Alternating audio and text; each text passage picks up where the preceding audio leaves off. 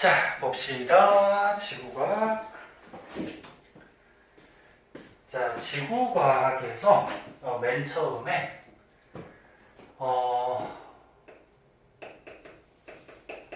판구조론이라는 거에 대해서 나와요.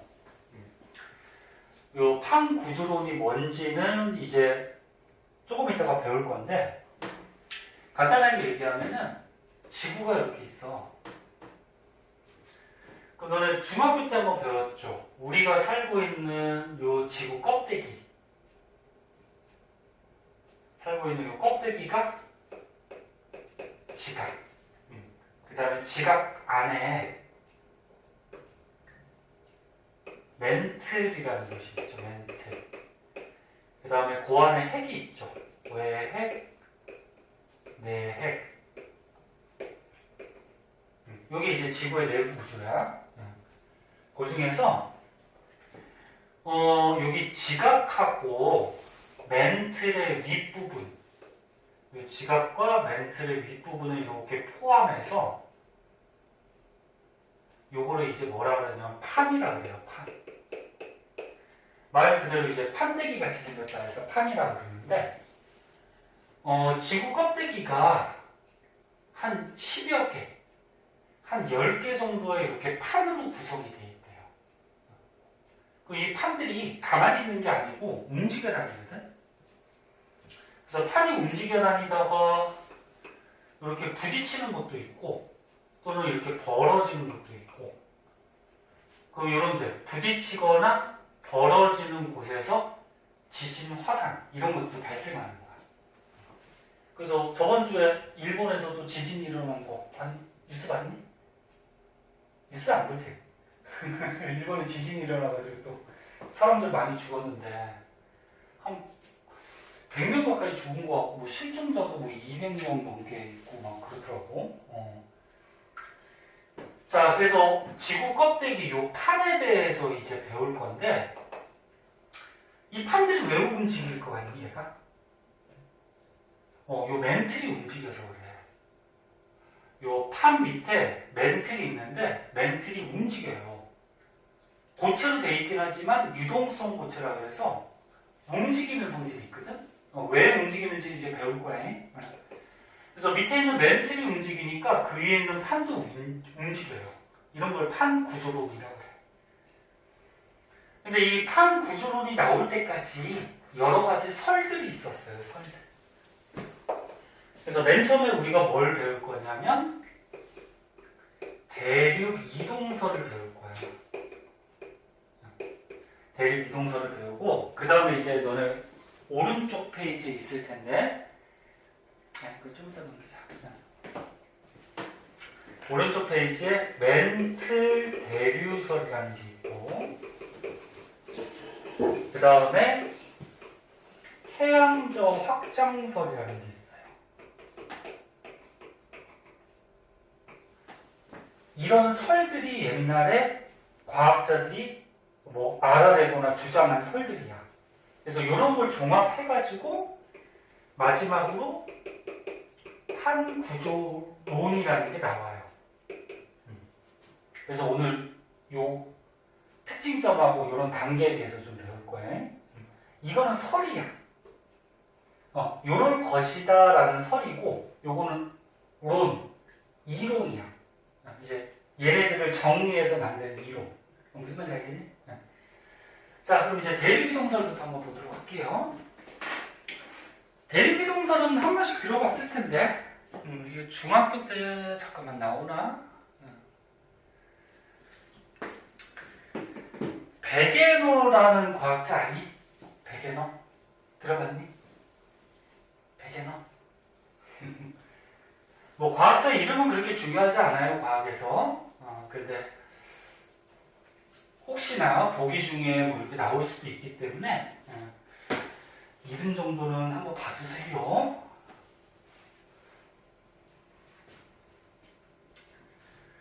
자, 옛날에 베게너라는 과학자가 어떤 설을 주장을 했는데, 어떤 설이냐면은 대륙이동설. 말에 전부 다 표현이 돼 있어. 대륙이 어떻게 된다? 이동한다. 그래서 대륙이 막 분리되고 이동해서 현재와 같은 대륙을 이루었다라는 설이 대륙 이동설이에요. 그래서 이거 통합과학 때 잠깐 배웠지. 옛날에 언제냐면은 고생대 말쯤에 이 대륙들이 한 덩어리로 붙어 있었던 적이 있었어. 이 한 덩어리로 붙어 있었을 때 이 땅덩어리를 뭐라 그랬지? 판게야. 배운 거 같지? 그치? 응. 그럼 고생대 말에 이렇게 판게야로 한 덩어리로 붙어 있었는데 시간이 지남에 따라서 이 대륙들이 어떻게 돼? 자꾸 이동을 해. 이동을 해가지고 현재는 이 대륙들이 떨어져 있죠. 그리고 사이사이 이제 바다가 또 위치하게 되고. 이게 대륙 이동설이야. 그래서 여기다 다시 한번 쓰면, 자, 대륙 이동설은 과학자 이름 참고서만 알아두세요. 데게너라는 과학자에 의해서 알려진 설인데, 한 덩어리의 대륙을 초대륙이라고 해요. 초대륙. 지구가 나이가 몇 살이지? 지구 나이. 이거 통합과학 때 배웠잖아. 46억 년 정도 되거든. 46억 년. 그럼 46억 년 동안에 대륙들이 막 이동하다 보면은 이렇게 붙어서 한 덩어리가 됐던 적이 몇 번이 있어요. 그러니까 막 붙었다가 떨어졌다가 또 막 움직이다가 붙었다가. 그때 이렇게 한 덩어리가 됐을 때 요거를 초대륙이라고 하고, 그 중에 고생대 말기 때 한 덩어리가 된 거는 뭐라 그래? 판게야라고 합니다. 그러니까 한 덩어리가 됐던 적이 여러 번 있어. 그 중에서 고생대 말에 한 덩어리가 된 거를 판게야라고 해. 요게 이제 가장 최근에 한 덩어리가 된 때야. 그 이후로부터 어떻게 된다? 대륙들이 또 이동을 해가지고 어떻게 돼? 현재와 같은 대륙이 갖춰졌다. 이게 이제 대륙 이동설이 되는 거지. 그러면 대륙이 이동했대. 이 과학자가 주장한 거거든? 그러면 대륙이 이동했다 그러면은 증거가 있어야 되잖아. 우리가 이 오랜 세월 동안에 살고 있는 사람은 없어요. 본 사람은 없어. 그래서 대륙이 이동을 했어? 그럼 이동을 했으면 증거가 필요한데? 그 증거들을 우리가 찾을 수가 있어요. 크게 네 가지가 있어요. 네 가지니까 어떨까? 시험에. 오선지로 매기가 되게 좋지, 그치? 그래서 네 가지가 있는데, 그 밑에 보면은, 요거 순서 들어갈게요. 해안선이 일치하고, 그 다음에 화석 분포가 일치하고, 그 다음에 지질 구조가 일치하고, 빙하 흔적이 일치하는데, 자, 이게 무슨 얘기인지 한번 볼게요. 그러니까 여기 해안선, 화석, 지질구조, 빙하 흔적 이런 것들이 멀리 떨어진 대륙에서 일치를 해. 자, 한번 지우고.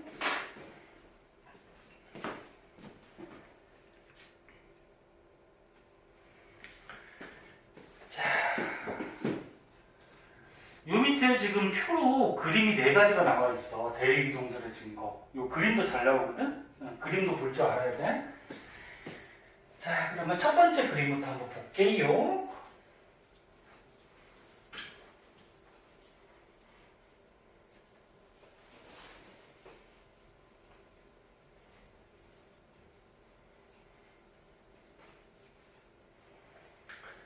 자, 첫 번째 그림을 보니까 대표적으로 여기 남아메리카가 어디 있는지 아니? 여기 브라질, 칠레, 뭐 아르헨티나 그런 나라들이 있는데 그 다음에 요 건너에 아프리카. 아프리카는 알지? 요 남아메리카하고 아프리카 사이의 바다가 무슨 바다일까? 네? 이 사이에 바다 있잖아요, 여기. 대서양 들어봤어? 대서양? 너네 지구과학은 그 사회에서 지리도 조금 관련이 있어서 지리 이런 것도 좀 알고 계셔야 돼요. 자, 남미하고 요 아프리카 사이의 바다가 대서양이야. 그럼 현재는 요 남아메리카하고 아프리카가 떨어져 있잖아. 사이의 바다를 기준으로 해서.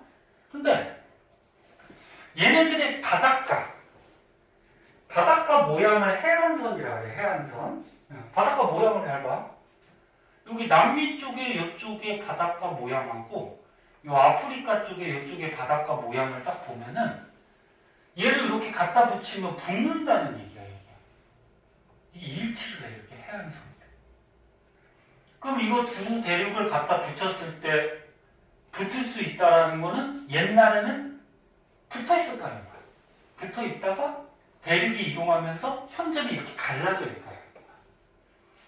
그래서 첫 번째, 멀리 떨어져 있는 양쪽 대륙에 해안선이 일치하는 걸로 봐서 옛날에 대륙들이 붙어 있다가 현재는 떨어진 거다.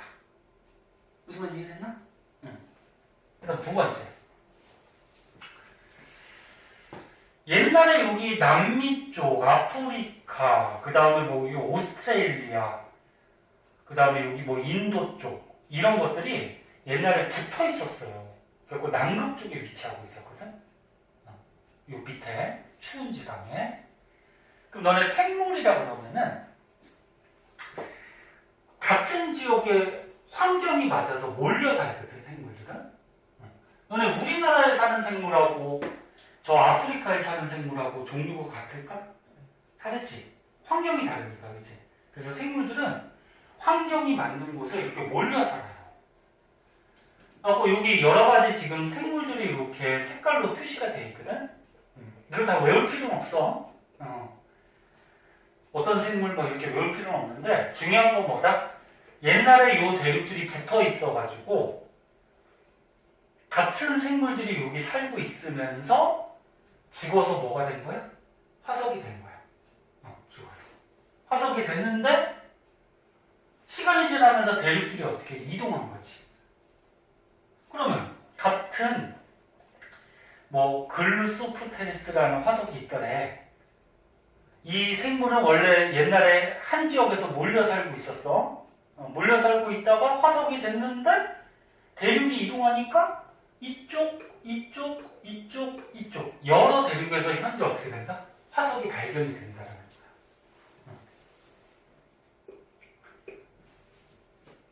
이게 여러 대륙에서 발견된다라는 거는 다시 얘기하면 얘네들이 대륙이 옛날에 붙어가지고 같은 지역에서 이 생물들이 살고 있었다는 거지.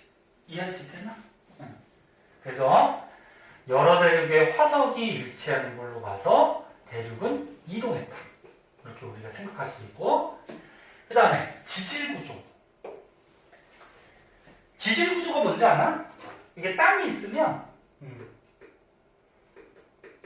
땅 속의 구조를 얘기해. 뭐 그래서 땅이 이렇게 지층이 평평한 것도 있을 거고, 옛날에 뭐 힘을 받으면 지층이 이렇게 뭐 휘어질 수도 있을 거고, 이게 땅 속의 구조를 지질구조라고 해요. 근데 여기가 지금 북미야, 북미. 북미. 그러니까 미국, 캐나다 여기. 북미 지역하고 요 대서양 건너편의 유럽 지역 또는 요 아프리카 쪽 위의 지역. 요쪽하고 요쪽의 지질 구조가, 안에 지질 구조가 갖다 붙이면은, 이 대륙을 갖다 붙인 거야, 이거를. 갖다 붙이면, 요쪽의 지질 구조하고 요쪽의 지질 구조가 이어져요. 그러니까 만약에, 봐봐.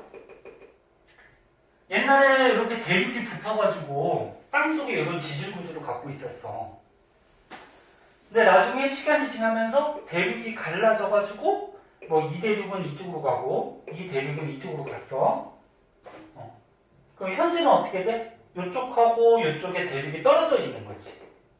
떨어져 있지만 옛날에 붙어가지고 같은 지질 구조로 갖고 있었기 때문에 이 떨어져 있는 지질 구조로 갖다 붙이면 이어진다라는 거죠. 오케이? 응. 그래서 다시 얘기하면 한 덩어리로 붙어 있어가지고 같은 지질 구조로 갖고 있었다가 현재는 대륙이 이동해서 떨어졌는데 안에 지질 구조를 조사했더니 일치하더라 그런 얘기야. 요거 가지고도 이제 대륙이 이동했다는 걸 알 수가 있죠. 자, 마지막으로 빙하 흔적. 아까 여기 위에서 얘기했듯이 뭐 남미, 아프리카, 인도, 오스트레일리아 얘네들이 이 대륙들이 남극 쪽에 이렇게 붙어 있었어요 옛날에. 이게 추운 지방에 있었기 때문에 옛날에는 여기에 뭐가 있어? 빙하들이 있었을 거야. 근데 빙하들이 움직여 다니다 보면 막 긁히는 흔적, 자국 같은 게 남아있거든?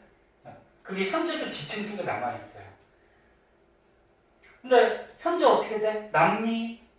남미는 이쪽으로 갔죠, 이쪽. 응? 이쪽이 여기 남미고. 그 다음 아프리카는 여기로 갔죠. 그 다음 인도는 이쪽에 있죠. 그 다음 오스트레일리아는 이쪽에 있어. 근데 옛날에 남극 쪽에서 이렇게 붙어 있었을 때 발생한 빙하 흔적이 현재도 남아있어요. 그러니까 빙하는 없어졌겠지. 빙하는 이제 따뜻한 지역으로 가니까 다 녹아버렸을 거고, 근데 그 움직이는 흔적 같은 게 남아있어요. 근데 여기에 빙하 흔적들을 조사를 했더니 이동하는 방향이나 그런 것들이 일치하더라고요. 그 말을 거꾸로 얘기하면 옛날에 붙어 있었다는 얘기지. 자, 그래서 결론을 지으면 이거예요. 미안해. 자, 결론을 지으면 이거예요. 백엔어가 옛날에 땅덩어리가 붙어 있다가 이동해서 현재와 같은 모습을 갖추었다. 대륙이 동설.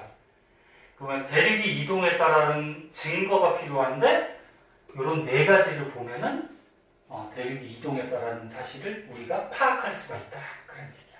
됐죠? 그림 한 번씩 봐주시고 어렵지 않으니까. 자, 그런데 여기서 추가적으로 하나 더 알아두면 요 베게너라는 과학자는 대륙이 이동한다라고는 얘기했거든? 근데 대륙이 왜 이동했는지 힘은 설명을 못했어요. 그러니까 대륙이 이동했다 그러면 어떤 힘에 의해서 이동을 했을 거 아니야? 그거는 설명을 못했어. 그냥 대륙은 이동해. 근데 뭐 때문에 무슨 힘 때문에 이동하는지 이거는 몰랐어요. 그러면 그 당시 사람들이 베게너가 주장한 대륙 이동설을 잘 믿을까 안 믿을까? 잘 안 믿죠. 그냥 대륙은 이동해. 근데 무슨 힘 때문에 이동하는지는 몰라. 그럼 잘 안 믿겠지, 그치? 그래서 그 당시에는 잘 인정을 못 받았어요. 그 다음에 이제 나온 설이 뭐냐면은 멘틀 대류설이라는 게 있어요. 자, 얘는 먼저 봅시다. 멘틀 대류설.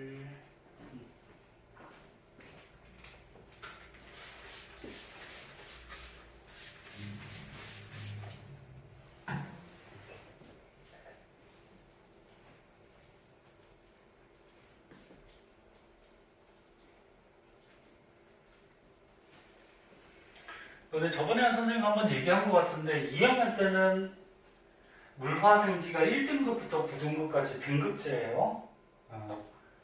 근데 3학년 때는 2과목은 얘기했었나? 성취도 평가라서 A, B, C로만 나누거든. 그러니까 2학년 때 성적이 굉장히 중요해. 세부적으로 1등급부터 9등급까지 나누니까. 그래서 2학년 때 좀 힘들더라도 조금만 고생한대. 자, 멘틀 대류설도 이제 통합과학 때 우리가 조금 배웠는데, 일단 과학자를 보면은 대표적인 과학자가 홈스라는 과학자가 있는데, 이 과학자는 잘 안 나와. 그러니까 여기에도 그냥 조그맣게 나온 거야. 당연히 이거 사회가 아니니까 뭐 연도 이런 거는 외울 필요 없어요. 자, 말 그대로 멘틀이 움직인다라는 소리예요. 대류가 너네 뭐 돌고 도는 이런 거를 대류라고 그러죠. 움직이는 거. 자, 땅이 있어요. 자, 우리가 살고 있는 땅. 요걸 아까 뭐라 했어? 시각. 지각 밑에 보면은 이제 가운데로 가면은 외핵, 내핵, 핵이 있고. 여기 뭐 있어? 멘트. 그치? 근데 멘트이 유동성 고체라고 해서 유동성이 뭐야? 움직이는 성질이죠. 움직일 동작. 움직이는 성질이 있다. 멘틀이 움직여. 고체인데. 왜 움직일까? 열 때문에 움직여요. 열 대비가 그래서 너네 뜨거운 거는 가벼워서 뜨고 차가운 거는 어떻게 돼? 무거워서. 가라앉지. 그건 알지. 그러면 이 열은 어디서 공급을 받을까? 멘틀이? 핵이지. 핵이 뜨겁잖아. 그치? 핵에서 막 열이 공급돼. 그럼 많이 열받은 멘틀을 온도가 높아지니까 어떻게 될까? 뜨겠죠. 갑자기 뜨진 않지. 서서히. 조금씩. 사람이 느끼지 못할 정도로. 그리고 겉에 가서 식으면 또 어떻게 돼? 가라앉겠지. 이렇게. 그리고 가라앉았다가 또 뜨거워지면 어떻게 돼? 또 뜰 거고. 그러면서 이렇게 움직여요. 이렇게. 멘틀이 열대요. 그럼 밑에 있는 멘틀이 움직이니까 우리는 여기 지각에서 살고 있잖아. 그러면 지각, 요 땅도 어떻게 돼? 움직인단 말이야. 밑에 있는 게 움직이니까. 그 멘틀이 이렇게 상승하는 부분은 온도가 높은 데야, 낮은 데야?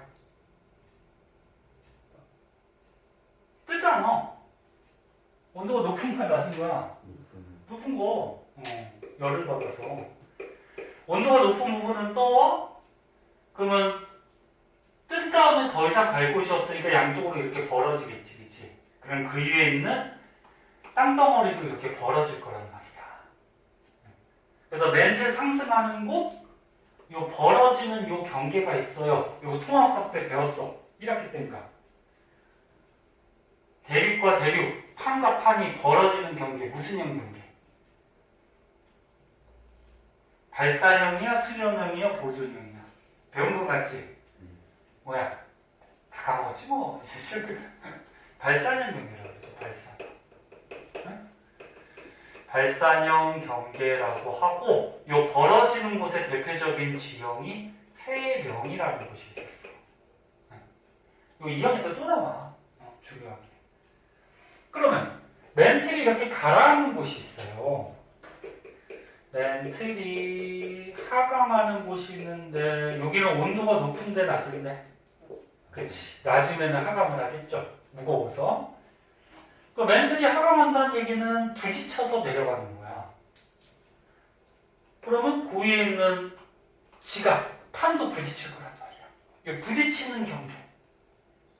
그치? 수렴에는. 틀려도 돼. 자신있게 대답해봐. 수렴에는.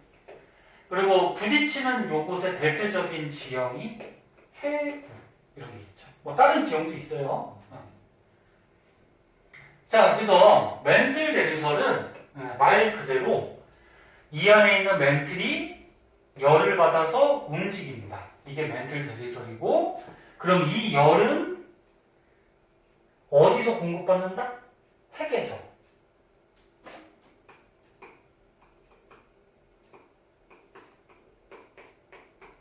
근데 또 다른 경우도 있어요. 뭐냐면은 멘틀이 고체로 돼 있잖아.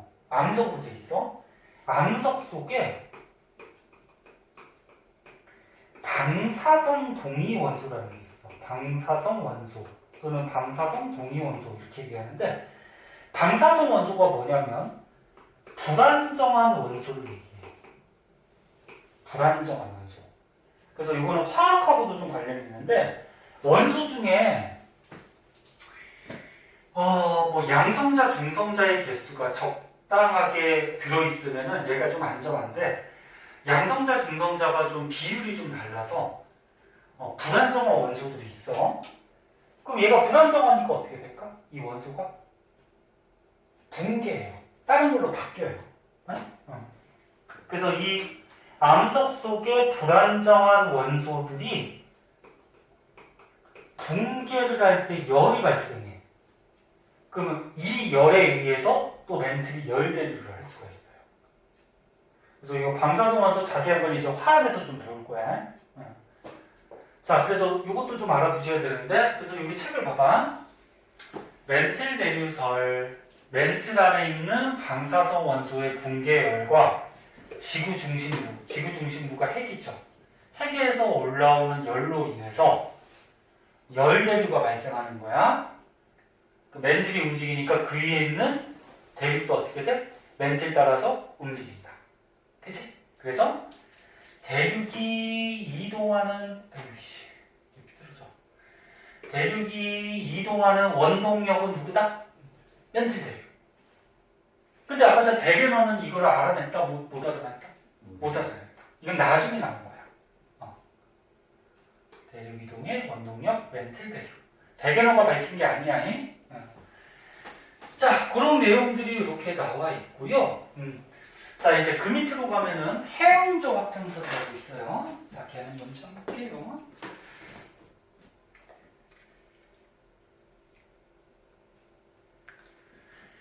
해양조 확장설. 과학에는 그 제목 단어에 표현이 되어 있는데, 해양조 확장설 하기 전에 이거 하나가 더 나오거든?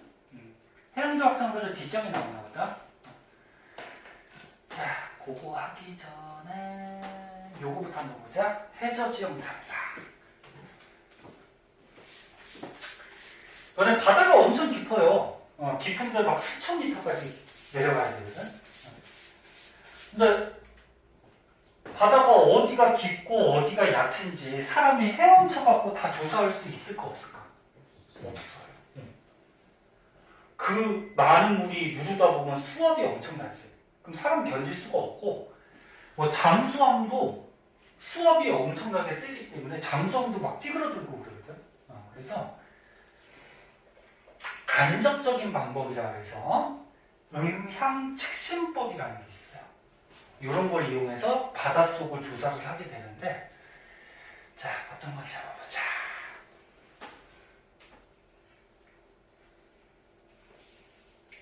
진호 오늘 끝나고 또 학원 있다 그랬나? 네, 오늘 학원 있어요. 몇 시에 가? 7시 반. 7시 반? 끝나고 바로 가야 되네? 밥은 어떻게 해? 괜찮아? 중간에 뭐 편의점 같은 데서 뭐 간식 같은 거 좀 사 먹어.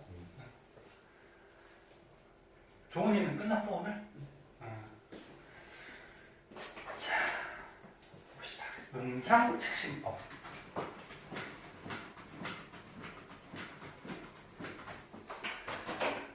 요거는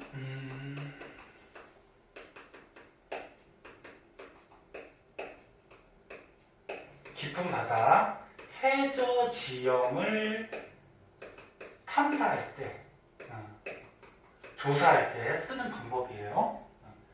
이 바다에 배가 다녀요. 자, 여기 배가 다니면서 바닷속에다가 음파, 초음파를 쏘는 거야. 초음파는 들어봤니? 파동이야, 파동. 그럼 바다에 보면은 뭐 이렇게 얕은 것도 있고 깊은 것도 있고 막 지형들이 굉장히 복잡하지. 그럼 여기서 배에서 음파, 초음파를 이렇게 바닷속으로 쏘면은 이 파동이라는 건 어떤 성질이 있냐면 나중에 물리에서도 파동이 나와. 어떤 면에 부딪히면은 얘가 반사를 해요. 그럼 배에서 음파를 쏘게 되면은 바닥에 부딪혔다가 반사돼서 되돌아오겠지. 그럼 이렇게 얕은 곳은 갔다가 되돌아오는 시간이 요 깊은 곳보다 어떨까? 요 깊은 곳보다 갔다가 되돌아오는 시간이 짧. 짧겠지. 이해됐나? 얘는 금방 갔다 올 거 아니야? 깊은 곳은 오래 걸릴 거고, 그치? 그래서 그 시간을 재는 거야. 그래서 요 바다 깊이를 이제 수심이라고 하거든. 수심? 바다 깊이. 수심을 어떻게 재냐면, 지금 뭘 쌌어? 음파를 쌌죠. 그리고 수심이라는 거는 거리야, 거리. 그럼 아까처럼 물리 시간에도 잠깐 했듯이 이건 기본 공식이잖아. 거속시. 거속시에서 거리는 어떻게 구하니? 속력 곱하기 시간이지. 근데 지금 음파를 쌌으니까 음파의 속력 곱하기 시간을 측정하면 되는 거잖아, 그치? 그러면 배에서 시간을 측정하기 때문에 배에서 쏜 다음에 반사돼서 되돌아온 시간을 잴 수가 있어요. 딱 쐈어? 딱 쐈어? 갔다가 되돌아올 때까지 시간을 쟀더니 예를 들어서 10초 만에 되돌아왔대. 10초 만에. 그래서 음파가 되돌아오는 시간을 이제 배에서 측정을 하고, 근데 우리가 필요한 건 뭐야? 바다 깊이. 음파가 갈 때 거리만 필요하지. 갔다가 오는 거리가 필요한 게 아니야, 그치? 이해되나? 그럼 시간도 뭐가 필요해? 갈 때 시간만 대입하면 된다. 그러니까 음파의 속력 곱하기 시간인데 되돌아오는 시간의 얼마? 절반만 우리가 필요하죠. 바다의 깊이를 재려면. 이해됐나? 그래서 이런 식이 하나 나와요. 이게 수심 구하는 식이에요. 문자로 표시하면은 뭐 이렇게 표시하는데 뭐 문자까지는 알 필요 없는데 뭐 물리같이 바다의 수심 요 거리를 D라는 문자를 쓰고 속력은 V라는 문자 쓰죠. 그 다음에 시간은 T라는 문자를 쓰지. 근데 되돌아오는 시간이 얼마? 절반. 그치? 그래서 뭐 2분의 1 VT 뭐 이렇게 쓴 건데 뭐 이거는 문자로 굳이 알 필요 없어. 그냥 원리만 알아두시면 되고. 자, 그러면 만약에 문제에서 초음파의 속력이 얼마일까? 예를 든 거야. 뒤에 초음파 속력이 나올 텐데. 잠깐만. 초음파 속력이 어디 안 나오나? 뒤에 나오구나. 1500m/s래. 그 정도가 된대요. 외울 필요는 없어요. 선생님도 안 외우고 있어. 문제 주어지니까. 500m/s래. 그럼 이거 무슨 말이야? 1초당 1500m로 초음파가 간다는 거지? 근데 부딪혔다가 되돌아오는데 10초 걸렸대. 그러면 이 바다의 깊이는 초음파 속력 1500 곱하기 갔다가 되돌아오는 시간 얼마? 10초. 근데 우리는 갈 때 시간만 필요하단 말이야. 갈 때 깊이. 거기에 2분의 1 하면 이 지역에 바다 깊이가 나오는 거지. 그럼 얼마 나오니? 7,500? 그래서 여기에 바다 깊이 수심은 7,500m다. 이렇게 해서 구하는 거야. 원리 이해됐나? 그러면 그 뒤에 문제가 있었으니까 그거를 한번 볼게요. 뒷장에 6번 문제가 요거에 관련된 건데 요거 한번 보자. 그림은 해안에서 바다로 이동하면서 해안 관측선에서 요거 관측선에서 음파의 왕복 시간을 측정했대. 왕복 시간이니까 뭐야? 갔다가 오는 시간. 됐지? 그리고 음파의 속력은 1500m/s래. 자, 그럼 여기 보니까 A하고 우리 B를 한번 비교해보자. 누가 왕복 시간이 더 긴 거니? A하고 B 중에는? 왕복 시간이 A가 더 긴 거지? B보다. A는 8초 된 거고 B는 뭐 아무튼 숫자는 없지만 작은 거잖아. 그치? 바다 깊이는 누가 더 깊다는 얘기일까? 바다 깊이는? A. 아이씨, 다시 봐. 바다가 깊으면 왕복 시간이 어때? 길어. 아, 맞구나. 그치? 잠깐, 선생님 잠깐 착각했다. 왕복 시간이 길면은 바다가 깊다라는 거지, 그치? 그래서 왕복 시간이 A가 더 크니까 A가 바다가 더 깊다라는 거야. 이해됐나? 그러면 얘를 실제 지형으로 그리면 얘 A가 깊은 거야. A가 깊어. B는 어때? 왕복 시간이 짧은 걸로 봐서 얕지. 그럼 바다가 이렇게 있을 때 B는 얕은 곳이야. 그럼 A는 깊은 곳? 그럼 땅이 이렇게 된다는 얘기지. 이렇게 해서 뭐 이런 식으로 올라와서 뭐 이런 식으로 실제 지형은 이루어져 있다는 거야. 이런 식으로. 여기가 깊은 곳. 여기는 뭐? 얕은 곳. 이거하고 거꾸로 가야 되는 거지. 실제 지형. 이해할 수 있겠나? 네. 그러면 이제 답은 나오겠죠. A, B 중에 수심이 깊은 곳 어디니? A. 그 다음에 A 지점의 수심. 요 왕복 시간이 있으니까 그럼 2번은 어떻게 구하면 돼? 음파의 속력 1500 곱하기 되돌아오는 시간이 8초 곱하기 2분의 1 하면 수심이 나오겠지. 그 다음에 수심 3000m에서 음파의 왕복 시간을 구해보래. 자, 요 문제는 뭐야? 수심이 남아있어. 수심이 얼마래? 3000m.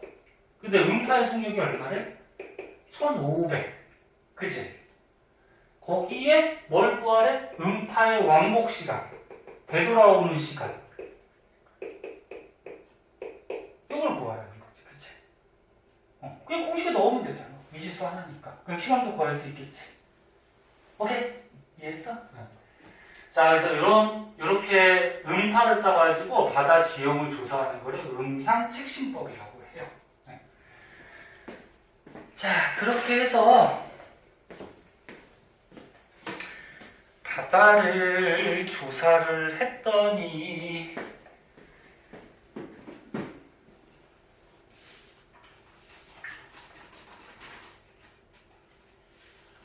바닷속의 지형이 이렇게 복잡하더래. 막 여러 가지 지형들이 나오더래. 자, 조금만 더 하고 잠깐 쉬었다 할게.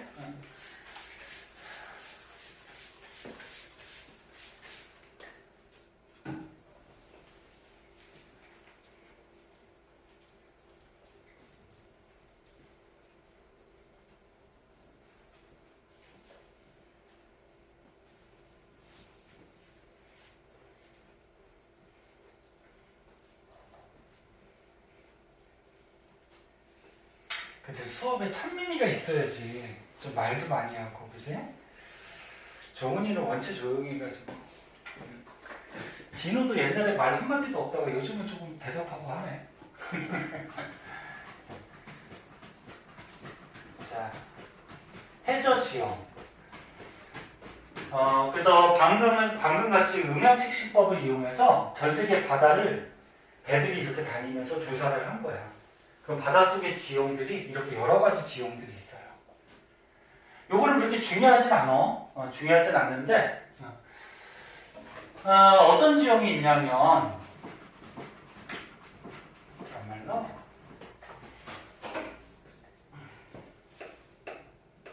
해저 지형. 자, 여기 육지가 있어요. 육지가 있을 때, 육지 근처에 이렇게 낮고 평평한 곳이 있어요. 여기가 바다야. 여기를 가지고 뭐라 그러냐면 대륙붕이라고 그래. 대륙붕. 그러니까 육지 근처에 낮고 평평한 지역. 그래서 뭐 대륙붕은 어디 갔어? 수심 200m 이하. 이 숫자는 외울 필요 없어.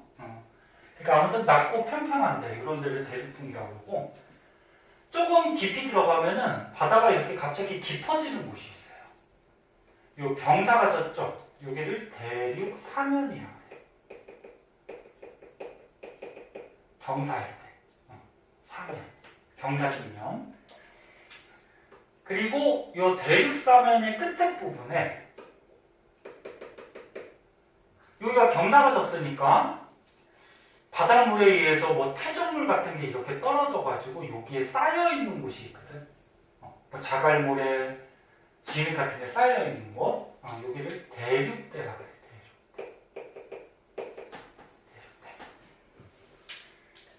자, 그래서 대륙붕, 대륙사면, 대륙대 이거 한번 봐두고 그 다음에 바다에서 이렇게 움푹 파여서 가장 깊은 곳이 있어요. 여기를 해구라고 해. 해구 아까처럼 나왔지. 판과 판. 대륙과 대륙이 부딪히는 곳이야, 벌어지는 곳이야? 부딪히는 곳이죠. 그럼 너네 통합과학 때 한번 배우는데 이렇게 판과 판이 부딪히면은 그 중에 밀도가 큰 거, 무거운 건 이렇게 들어가잖아. 해양판은 대륙판보다 밀도가 커서 부딪히면 해양판이 이렇게 밑으로 섭입. 그때 이 부딪힐 때, 이 부딪히는 경계가 움푹 파여요, 이렇게. 거기가 해구. 그래서 바닷속에서 가장 깊은 데가 해구야, 해구. 그러면 이제 거꾸로, 이렇게 해가지고, 해령이라는 것도 있죠. 해령은 뭐였어? 판과 판이 어떻게 대륙이? 부딪히는 거. 아니. 부딪히는 곳이 해구지. 벌어지는 곳, 그치? 다시 얘기해. 판과 판이 그래주자. 이렇게 판이 있고, 그러니까 대륙, 또 판이 있을 때 이게 부딪히면은 무거운 거, 밀도 큰 게 이렇게 들어가잖아. 응? 이렇게 부딪히는 수렴형 경계에서 여기 움푹 파인 곳이 발생을 해요. 여기가 뭐? 해구. 응? 해구. 빨간색 다 썼네.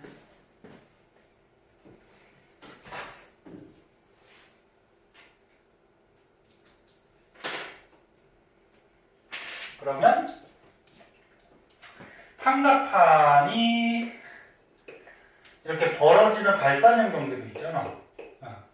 거기에 약간 이렇게 화산 튀어나온 곳이 있어. 여기가 해령. 해구는 아까 처음에 멘틀이 이렇게 하강하는 곳이었잖아. 해령은 상승하는 곳이죠. 그 여기에는 밑에 지하에 있던 물질들이 상승해서 보통 화산 같은 것들이 많이 터지거든. 화산이 터지면 그 마그마 때문에 높아질 거 아니야. 그래서 이렇게 튀어나오는데 해령. 해령. 그 다음에 바다에 뭐 이렇게 산이 만들어질 수도 있어요. 요거는 해산. 바다의 산이다. 근데 물살에 의해서 요 바다의 해산 윗부분이 이렇게 깎여버리는 경우도 있어요. 그 여기가 정상이 평평하다 그래서 평정해산. 정상이 평평한 해산. 뭐 이렇게 얘기하고, 그 밖에는 이제 뭐 바다에도 널따란 평야 같은 데가 있거든. 그런 데는 널따란 이런 평야는 심해, 평원. 뭐 이런 지형들이 있어요. 그래서 너네가 일단 해저 지형에서 알아둘 거는 대륙붕 자주 나오거든. 육지 근처에 낮고 평평한데, 그 다음에 갑자기 경사가 진 대륙사면, 그 다음에 대륙사면 끝에 퇴적물들이 이렇게 좀 쌓여있는 대륙대, 그 다음에 수렴형 경계에서 해구, 발산형 경계에서 해령, 이 정도는 좀 알아두세요. 됐니? 그럼 아까처럼 거기 문제 중에서 우리가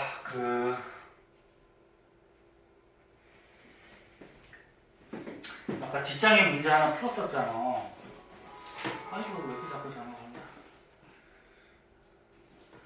아까 이 문제에서 여기가 왕복 시간이 긴 걸로 봐서 깊은 데였잖아. 그치? 여기가 깊은 움푹 파인 해구 정도라고 파악을 할 수가 있어요. 그러니까 여기는 왕복 시간이 얕은 곳이었지. 모양도 딱 보니까 뭐하고 비슷하게 생겼어? 해령. 뭐 이런 식으로. 그래서 만약에 문제 중에 A, B 중에 하나는 해구고 하나는 해령이라고 그러면 고를 수 있겠지. A가 해구가 되고 B는 해령이 되겠죠. 뭐 그딴 식으로 문제가 출제가 돼요. 자, 지겨울 테니까 우리 조금만 쉬었다가 그 뒤에 거 계속 이어서 나가도록 할게요. 머리만 좀 식히잖아.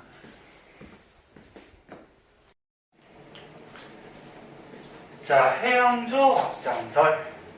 지금까지 배운 거는 멘틀 대리설. 전에 대륙이동설. 그 다음에 멘틀 대리설. 그 다음에 이제 해영조 확장설이야. 선생님 왜 이렇게 순서대로 얘기해 주냐면은 그 순서를 막 섞어 놓고서도 문제 내기도 하거든. 그래서 순서대로 좀 알아두세요.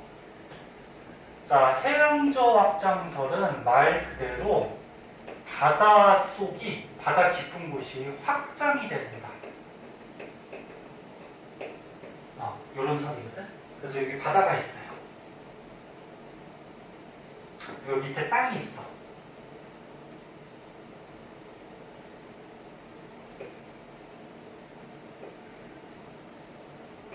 자, 이렇게 땅이 있는데 여기가 멘틀이 상승하는 곳이야.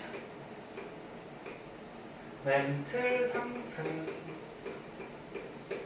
멘틀이 상승하는 곳은 아까 전에 배웠듯이 온도가 높은 데다 낮은 데다. 온도가 높으면 가벼워서 상승한다 그랬어, 그치? 그럼 상승하면은 그 위에 있는 땅덩어리 판도 어떻게 돼? 상승해서 벌어지니까 양옆으로 이렇게 벌어지겠죠?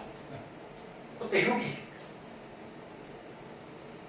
밑에 있던 멘틀 부분이 터져 나오는, 보통 화산이 터지는데 이 터져 나오는 부분 대표적인 지형이 뭐라고? 해령. 네? 여기가 해령이야.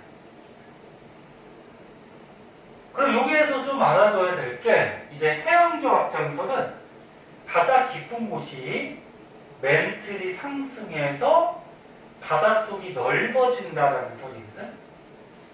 그러면 바닷속에 여기 땅이 있었어. 땅이 있었는데 멘틀이 이렇게 올라와서 벌어지지, 그치? 그럼 땅도 어떻게 돼? 벌어지지. 이게 이렇게 벌어지고 나면 이 사이가 뻥 뚫리는 거니? 아니죠. 밑에 있는 멘틀이 상승해서 여기를 채우겠지, 그치? 그럼 원래 있던 땅덩어리보다 벌어지고 새로운 게 와서 채우니까 바닷속이 어떻게 돼? 넓어지겠지, 그치? 이게 해영조 확장설이에요. 자, 근데 넓어지는데 여기서 이제 중요하게 한 가지 더 알아둘 게 있어요. 여기가 해령이야.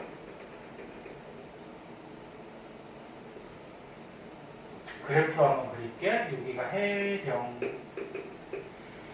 해령을 중심으로 거리가 멀어지면 멀어질수록 암석의 나이, 그 다음에 퇴적물의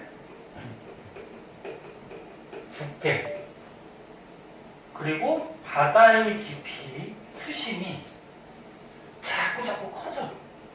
이렇게. 다시 얘기할게요. 해령을 중심으로 멀리 가면 멀리 갈수록 암석의 나이도 많아지고 퇴적물의 두께도 두꺼워지고 바다 깊이도 깊어져요. 이거 세 가지 알아두셔야 돼요. 그 무슨 얘기냐면 여기 해령에서는 어떻게 돼? 지하에 있던 물질이 지금 터져 나오지. 그럼 여기 있는 돌은, 암석은 방금 터져 나온 마그마가 굳어서 암석이 된 걸 거란 말이야, 그치? 그러면 나이가 적겠지. 최근에 만들어진 거지, 그치? 그 이 멀리 있는 거예요. 옛날에 터져 나와서 암석이 됐는데 여기 해령에서 자꾸 터져 나오니까 어떻게 돼? 밀려 가는 거지. 여기 있는 암석은 나이가 어때? 많은 거지. 옛날에 만들어진 거니까. 이해됐나? 네. 그래서 암석의 나이는 해령에서 멀리 갈수록 많아져요. 또 한 가지는 퇴적물의 두께. 여기서 막 터져 나와서 이 암석들이 자꾸 만들어지면서 퇴적물들이 쌓여. 그럼 밀려 가다 보면은 해령에서 이렇게 멀어지면은 퇴적물의 두께가 이렇게 두꺼워져요. 자꾸 밀려가지고 이게 쌓이는 거야. 그래서 퇴적물의 두께도 두꺼워진다. 그리고 바다의 깊이. 바다의 깊이 요거를 뭐라 그래? 수심이라고 그랬죠, 수심. 근데 해룡 부분은 보통 화산이 터지는 부분이기 때문에 약간 높아요. 여기에서 화산에서 멀리 가면 멀리 갈수록 낮아지니까 바다의 깊이는 어떻게 될까? 깊어지겠지. 그래서 그래프가 이렇게 한쪽으로만 나올 수도 있고 양쪽으로 대칭으로 나올 수도 있어. 그럼 가운데가 해령이라고 하면은 해령에서 멀리 가면 멀리 갈수록 암석의 나이 퇴적물의 두께 수심이 자꾸 어떻게 된다? 증가한다. 양쪽으로 그래프를 그리면 이렇게 됩니다. 됐죠? 네. 자, 이런 게 이제 해양적 확장설이라고 하는데 거기 보면 이제 고지작이라는 게 나와요. 자, 얘가 이제 새롭게 나오는 개념인데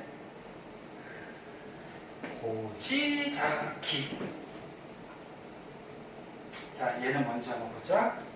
이거는 통합과학 때 안 나왔던 거야.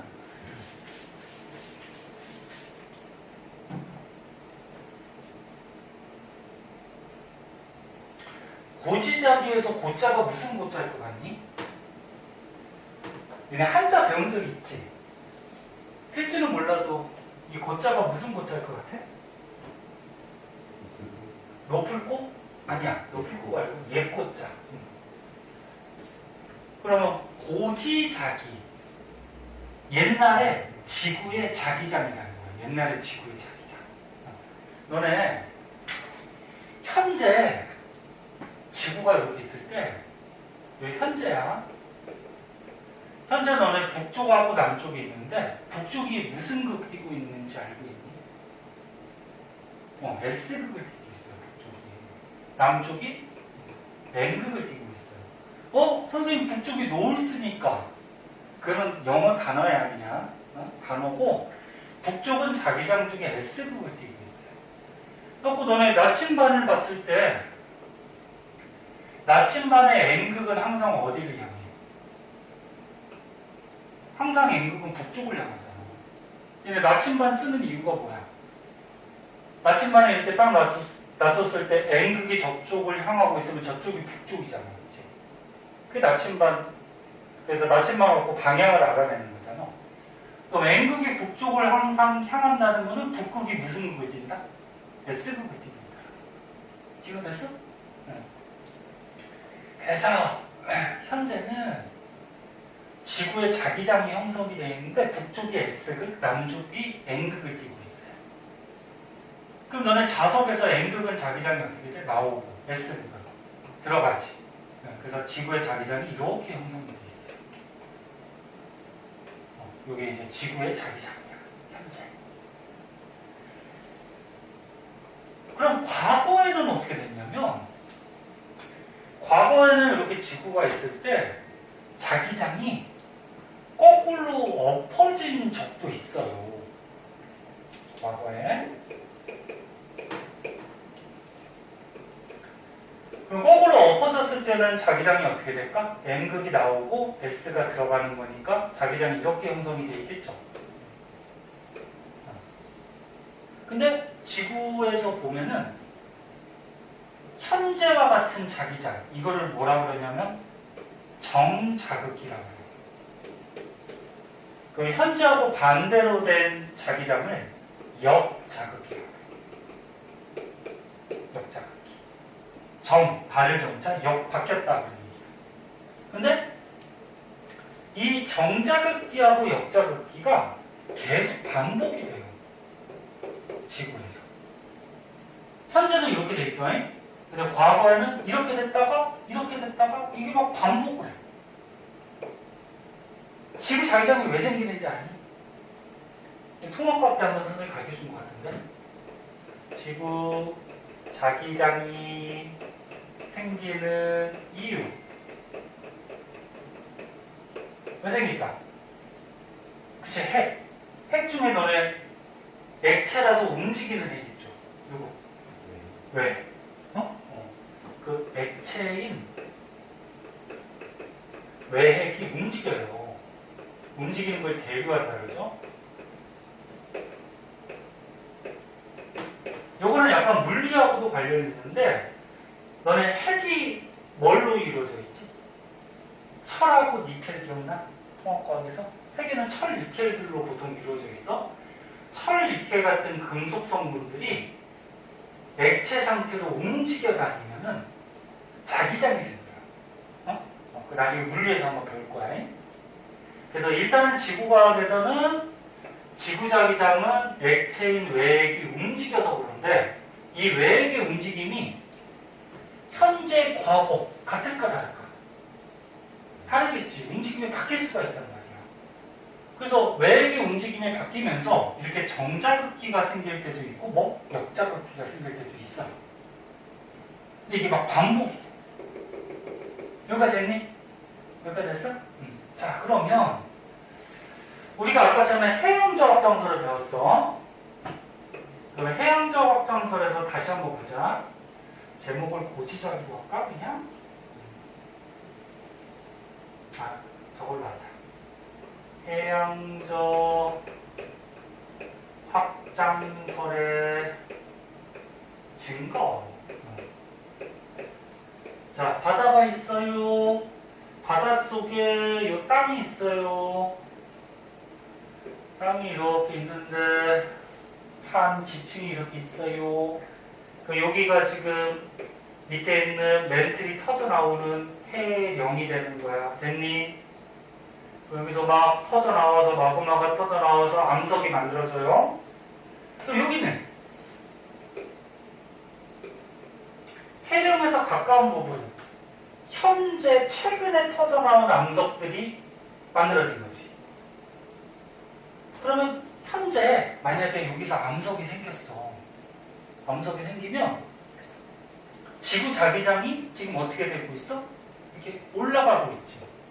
북쪽으로. 됐니? 그럼 이 지구 자기장이 암석 속에 기록이 돼.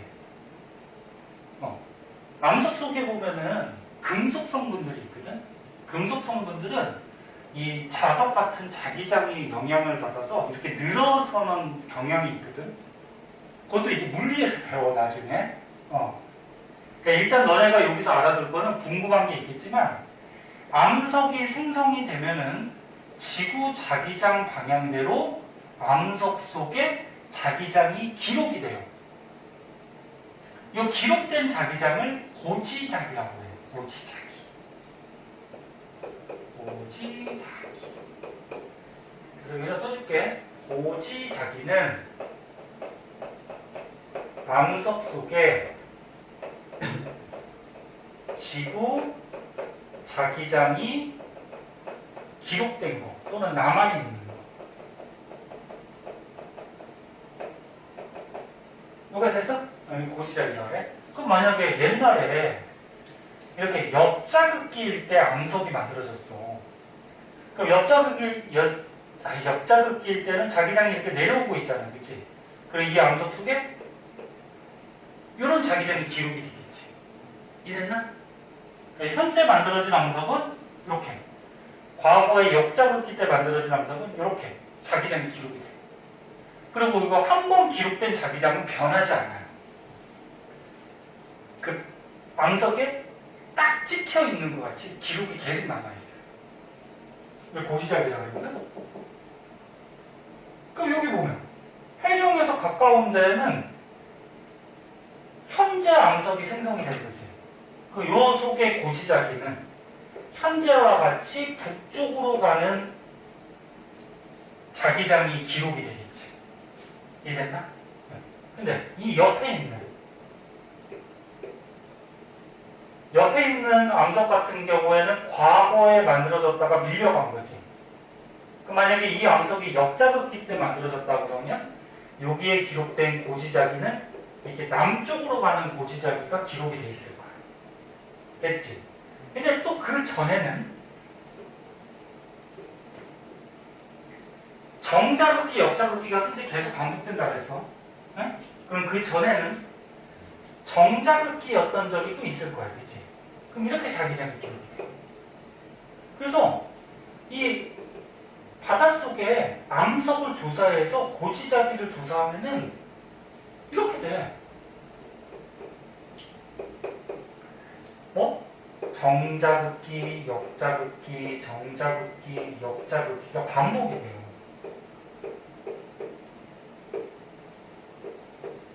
이게 양쪽이 어때 지금? 대칭적으로. 왜? 양쪽으로 이 마그마가 다 터져 나가잖아, 그치? 요거랑 요거랑 같은 시대 때 같이 만들어졌을 거야. 이해됐나? 지금 이해됐어? 그래서 이건 옆에서 본 거고, 이제 위에서 보면,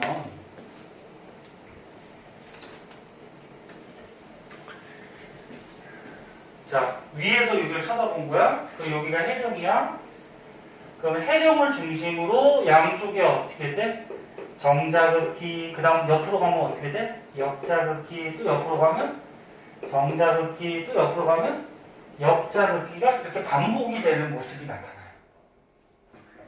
그러면 여기 있는 정자긋기하고 여기 있는 정자긋기는 같은 시대일까 다른 시대일까? 요거랑 요거는 다른 시대죠. 이거는 최근의 정자긋기고 이거는 옛날에, 그치? 정자긋기 때가 기록이 되어 있는 거야. 이해됐죠? 이해됐어? 그럼 질문한 거 아니야? 그러면 해령을 중심으로 양쪽에 이렇게 정자긋기, 역자긋기가 반복적으로 대칭적으로 나타난다라는 거는 여기를 중심으로 땅이 어떻게 된다? 점점 넓어지고 있다는 거지. 네? 그래서 해양적 확장설의 증거가 고지작이라는 게 있어요. 네? 이해했어? 그리고 자기장 방향 바뀌는 거는 주기가 랜덤이 주기가 딱 정해져 있진 않아요. 그때 요 외계의 상태에 따라서 좀 바뀌게 돼. 우선 몇 년. 그런 거는 그냥 딱 정해지지가 않았어. 그래서 문제는 안 나와. 문제는 안 나오고 그냥 뭐 일정 기간에 뭐 이렇게 반복될 수 있다는 건데 정확한 기간은 없어. 그럼 저희 살면서도 한번 바뀔 수 있어요? 아니, 우리가 기껏 살아봤자 뭐야? 100년이지. 100년 동안에 이거 바뀌지 않아요. 서서히. 응? 서서히. 응. 우리 사는 동안에 지구자기장이 만약에 바뀌었다 그러면은 지구자기장이 엄청 빨리 바뀌는 거지. 그러면 지구에 엄청난 현상들이 벌어져요. 생명체들이 못 살 거예요, 그렇게 하면. 우리가 사는 동안에 바뀌지 않아. 엄청 긴 시간. 자, 이런 게 이제 고지작이라는 거예요.